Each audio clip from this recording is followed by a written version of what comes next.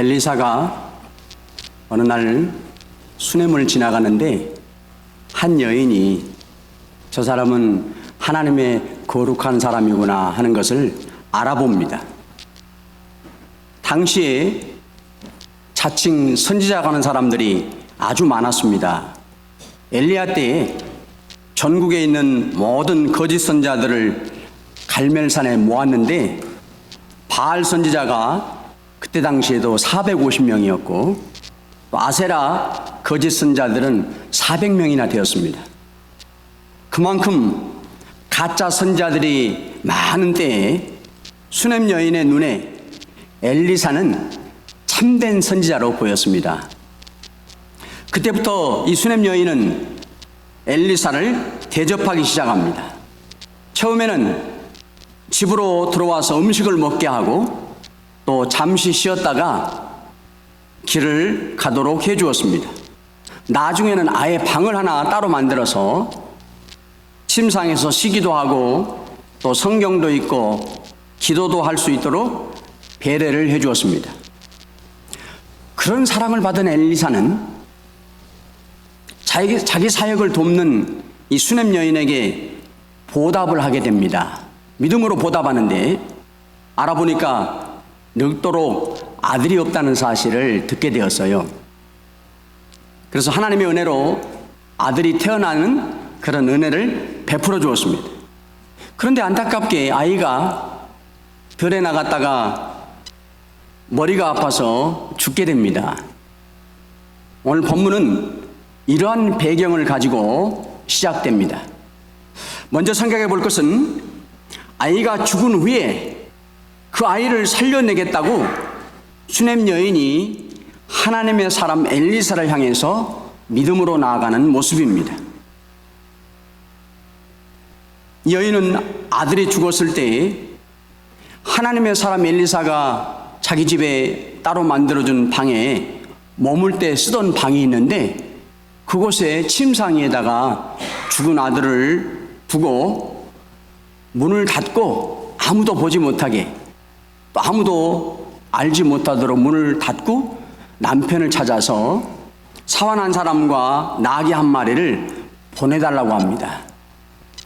그러면서 왜 갈멜산을 향해서 가는가를 말해줍니다.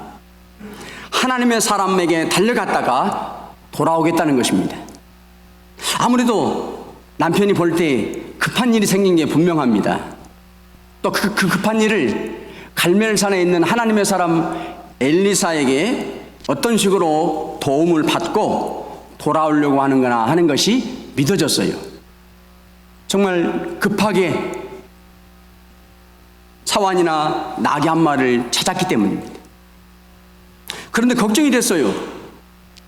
엘리사를 만날 수 있는 날은 정해져 있었기 때문입니다. 보통 정기적으로 엘리사 선지자를 만나려면 매달 첫째 날 초하루나 또 안식일 날만 정기적으로 만날 수가 있었어요. 그런데도 수넴 여인은 남편에게 아무 일도 아니라는 듯이 평안을 빕니다 이 말만 남기고 즉시 나귀를 타고 갈멜산에 엘리사를 찾아서 갑니다. 갈 때에도 사환에게 내가 말을 하지 않으면 멈추지 말고 곧장 갈멜산으로 가라 이렇게 말해요. 얼마나 다급하게 가야 하는가? 왜 그렇습니까? 죽은 아들을 한시라도 빨리 엘리사를 통해서 역사하는 하나님을 만나서 살려내게 되겠다.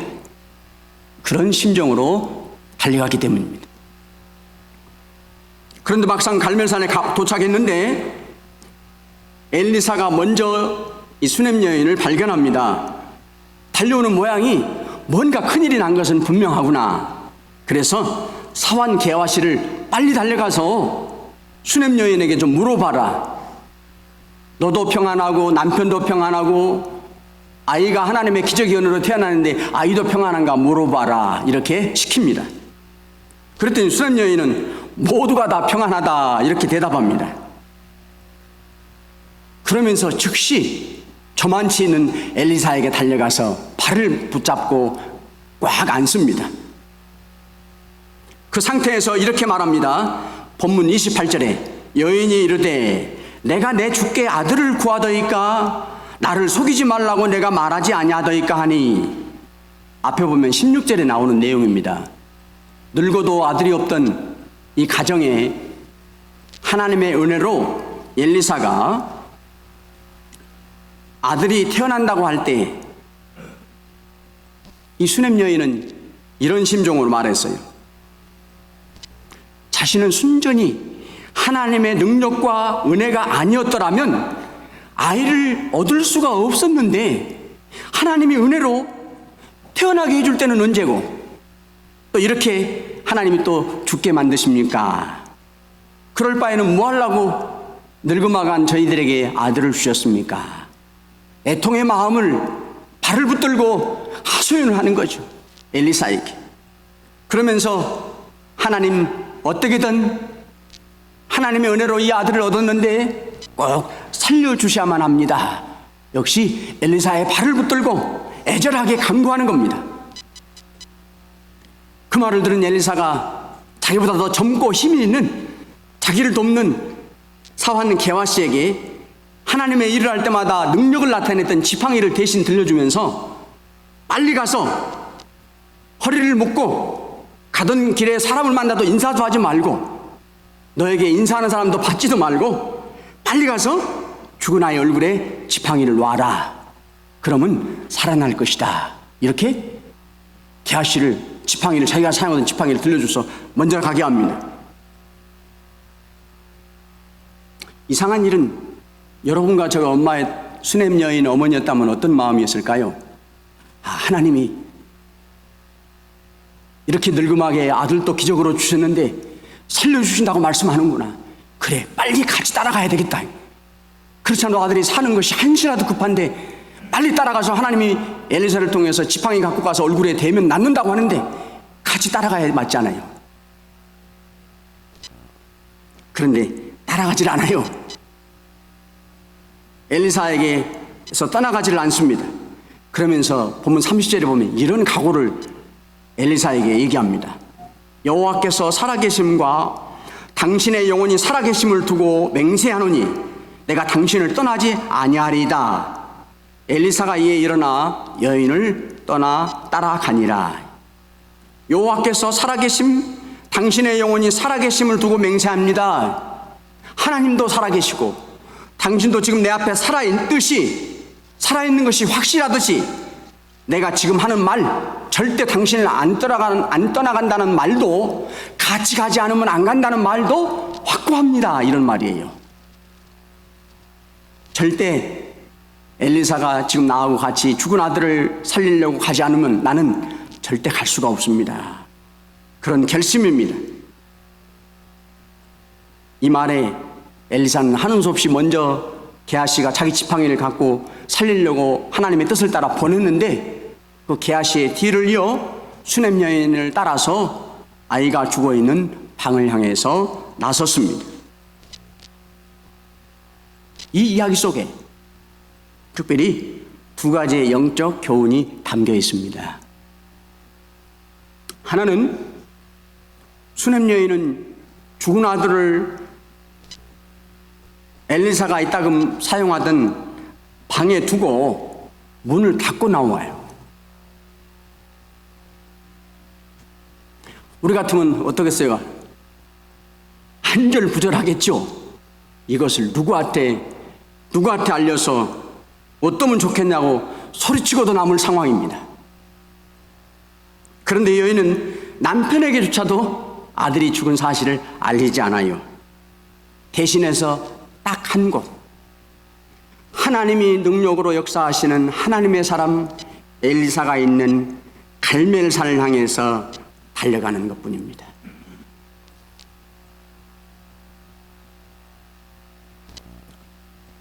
여러분,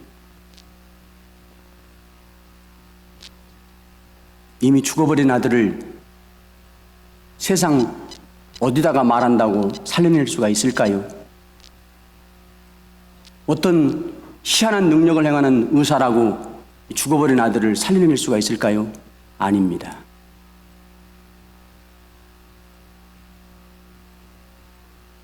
죽은 아들을 살려낸다는 것은 세상에서는 절대 불가능합니다. 그래서 이 수냄 여인은 세상과 사람의 도움은 필요하지 않는 것을 알기 때문에 문을 닫아놓고 갔어요.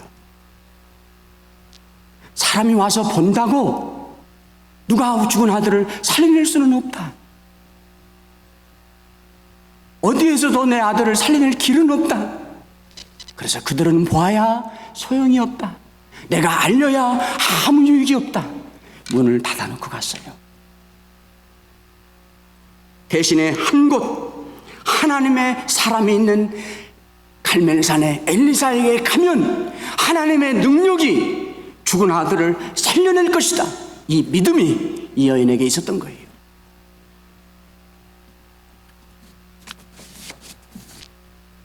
수냄 여인은 자기에게 전능하신 기적의 능력을 행하는 하나님을 이미 체험했어요.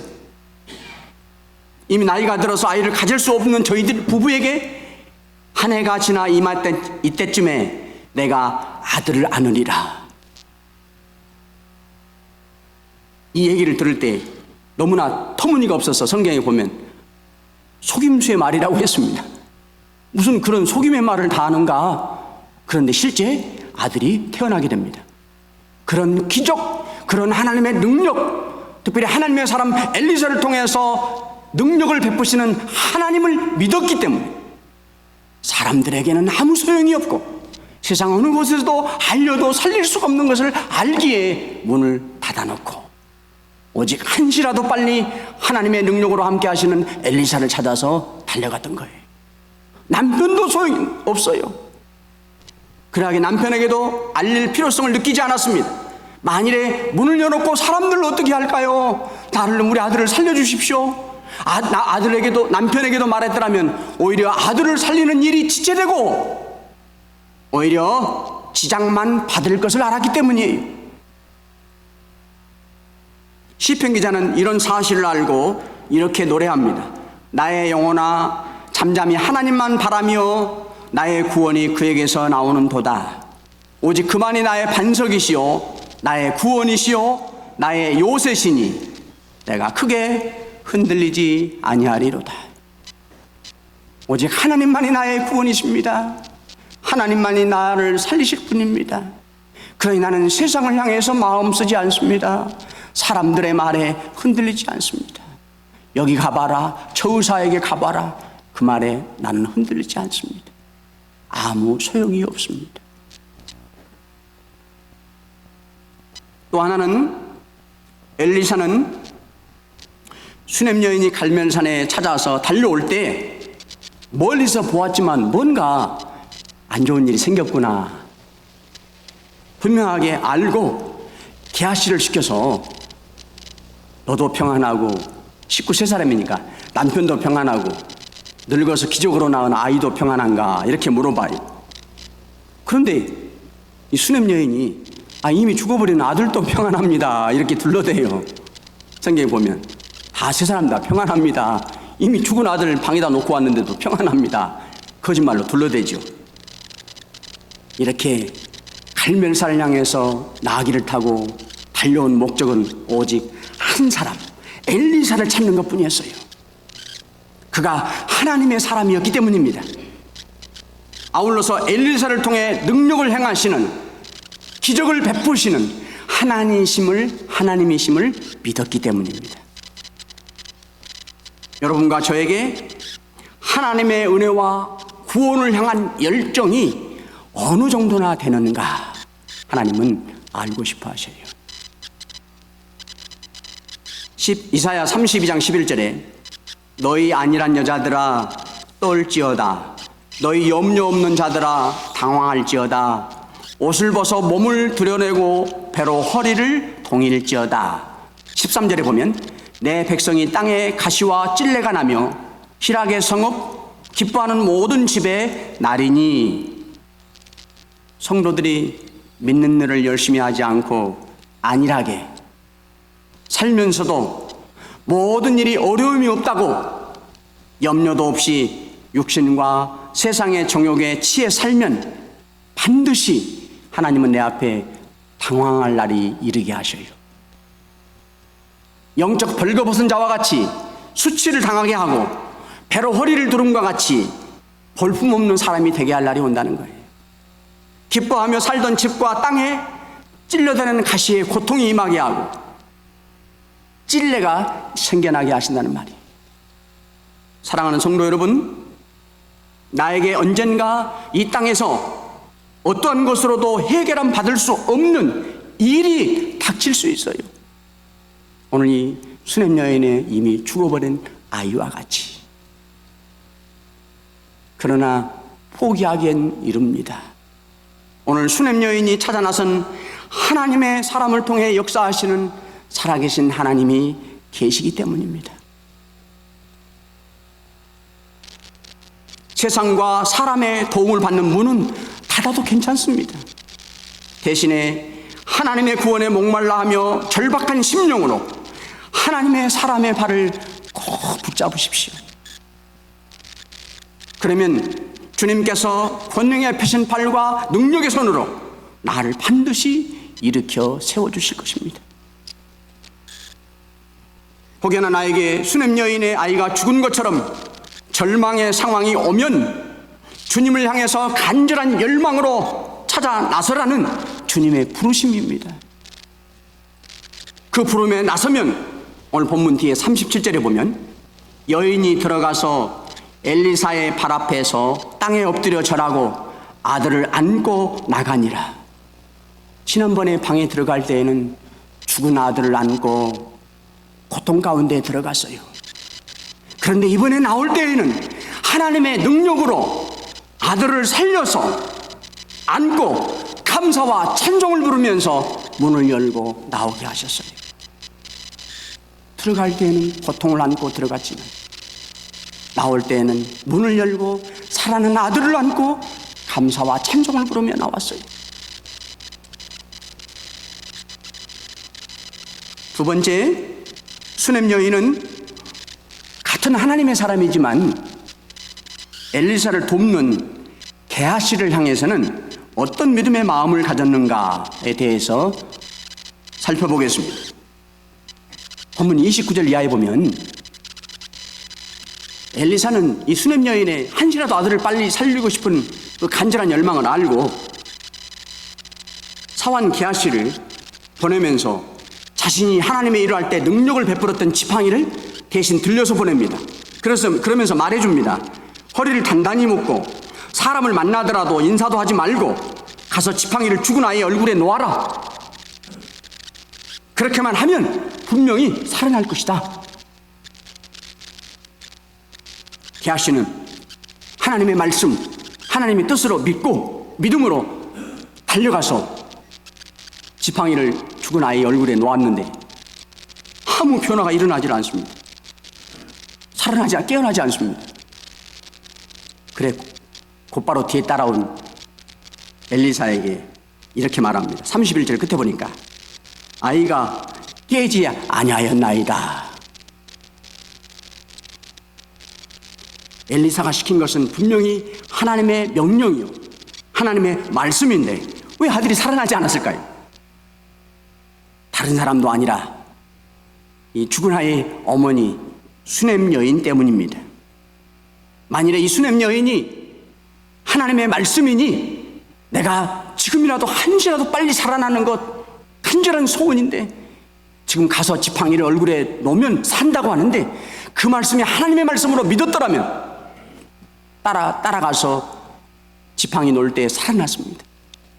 그런데 이 어머니는 그렇게 급하면서도 살려준다고 하나님의 말씀을 전하는데도 따라가지를 못하고 말았습니다. 아이가 살아나기 위해서는 세 가지 조건이 맞았어야 됩니다. 하나는 하나님께서 이미 아들을 살려내고자 하시는 뜻을 정하시고 엘리사를 감동시켜서 지팡이를 들고 가서 얼굴에 놓아라. 그러면 살리라고 하나님의 뜻을 이미 밝혀주셨어요.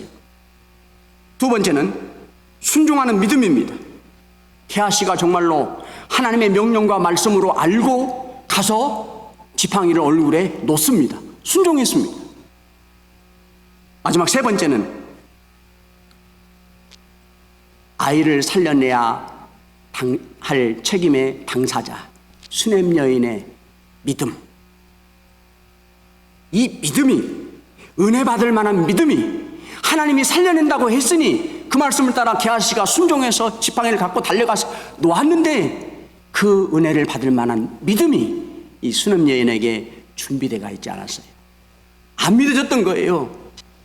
내가 달려가 봐야 엘리사 당신이 가서 살려내기 전에는 아무도 가봐야 살지 못할 것이다. 그 은혜를 받을 만한 믿음의 그릇이 없었어요. 수냄 여인은 아들을 살려내는 일은 최고 소중한 일이고요, 당장이라도 다급한 일이었습니다. 그런데도 따라가지를 않습니다. 오직 엘리사, 내가 발을 붙들고 있는 엘리사 하나님의 사람 당신만 가지 않으면 나는 갈 수 없다, 이렇게 간청을 하는 사이에 게하시가 먼저 갔고 게하시는 아들을 살려내지를 못하고 말았습니다. 이 이야기 속에도 두 가지의 영적 교훈이 담겨 있습니다. 하나는 수냄 여인은 엘리사가 사환에게 지팡이를 들고 들려보내면서 가지고 가서 죽은 아이 얼굴에 대면 살아나리라, 이 하나님의 말씀에 대한 믿음이 부족했습니다. 하나님의 역사는 하나님의 말씀을 듣는 것에만 나타나지 않습니다. 그 말씀을 따라 행할 때 하나님의 역사가 반드시 나타난다고 하는 거예요. 결과적으로 수냄 여인은 아들이 더 빨리 살아난다는 은혜를 받을 만한 하나님의 말씀을 믿는 그 믿음이 부족했어요. 하나님이 여러분과 저에게 부어주시는 은혜의 양은 내 믿음에 준비된 그릇에 비례해서 받게 된다는 거예요. 그 증거의 말씀, 오늘 본문 앞에 보면요, 열왕기하 4장 1절에서 7절에 보면 엘리사가 선지자 생도, 가난한 선지자 생도 가정에 기적을 베푸는 이야기가 나옵니다. 그 가정은 너무나 가난에 시달렸어요. 그래서 엘리사가 가정을 돕기 위해서 아내에게, 생도의 아내에게 한 가지 말을 하죠. 이웃에게 빈 그릇을 빌릴 수 있는 대로 다 빌려와라. 그래서 거기다가 너가 가지고 있는 한 병의 기름을 다 채워라. 정말로 빈 그릇을 많이 빌려와가지고 자기가 가지고 있는 한 병의 기름을 부르는데 다 계속 채워지는 거예요. 그런데 빌려온 그릇이 떨어졌어요. 이제 빈 그릇이 없어요. 근데 아니나 다를까 신비한 현상이 나타납니다. 지금까지 계속해서 한 병의 기름이 떨어지지 않고 부어지더니 더 이상 나오질 않고 멈춰버려요. 그때 이 생도의 아내가 아들에게 이렇게 물어봅니다. 아이들에게. 또 그릇을 내게로 가져오라. 왜? 계속해서 부으면, 그릇에 채우면 또 나오기 때문입니다. 그런데 아이들이 대답해요. 어머니, 다른 것이 없습니다, 이제. 여러분이 이 아내라면 어떤 생각이 들었을까요? 원내 아쉬움이죠. 내가 이럴 줄 알았으면 더 먼 곳에 마을까지 가서 더 많은 그릇을 빌려왔으면 좋았을 터인데, 그러면 이 가난을 해결받고 더 조금은 풍요로운 삶을 살 터인데 왜 내가 몇 마을만 다녀서 빈 그릇을 이것밖에 안 가졌을까? 하나님은 빈 그릇을 채우는데 아무리 많아도 상관이 없습니다.